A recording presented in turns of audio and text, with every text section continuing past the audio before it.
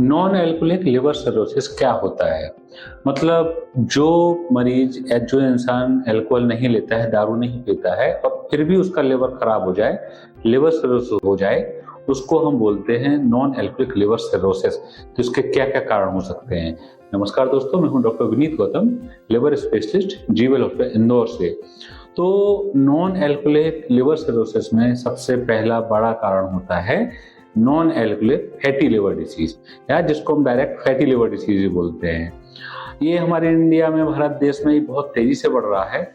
जब इंसान ओवरवेट होता है या बहुत ज्यादा मोटा होता है तो उसके लिवर में फैट एक्यूमुलेट होने लग जाता है। धीरे धीरे फैट इकट्ठा होता है और लिवर को डैमेज कर जाता है, और उससे जो सिरोसिस होती है उसको हम बोलते हैं नॉन एल्कोहलिक लिवर सिरोसिस। दूसरा कारण होता है हेपेटाइटिस बी वायरस और हेपेटाइटिस सी वायरस का इन्फेक्शन। ये दोनों वायरस जो होते हैं ये लिवर में क्रोनिक इन्फेक्शन कराते हैं।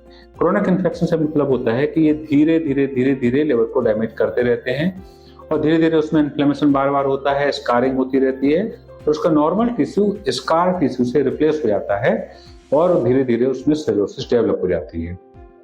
तो हेपेटाइटिस बी वायरस और हेपेटाइटिस सी वायरस से भी लिवर सिरोसिस होती है।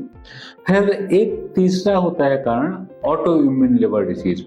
ऑटो इम्यून लिवर डिसीज से मतलब है कि इंसान के शरीर में कुछ ऐसी सेल बनती हैं जो हमारे लिवर टिश्यू को डैमेज करती हैं।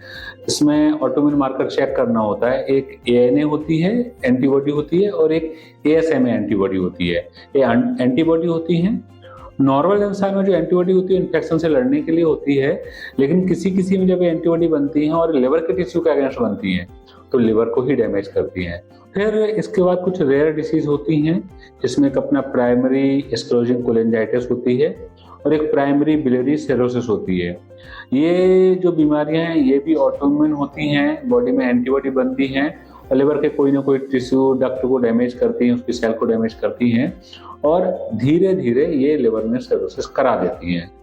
तो अल्कोहल के अलावा जो सारे कारण होते हैं लिवर सिरोसिस के, वो नॉन एल्कोहलिक लिवर सिरोसिस कहलाते हैं। उसमें सबसे कॉमन फैटी लिवर डिसीज होता है, जब एक्सेसिव फैट एक्यूमुलेशन हो जाता है।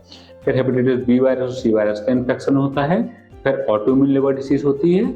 फिर कुछ जेनेटिक डिसीज होती हैं और ये primary biliary cirrhosis, primary sclerosis cholangitis, ये सारी बीमारियां होती हैं।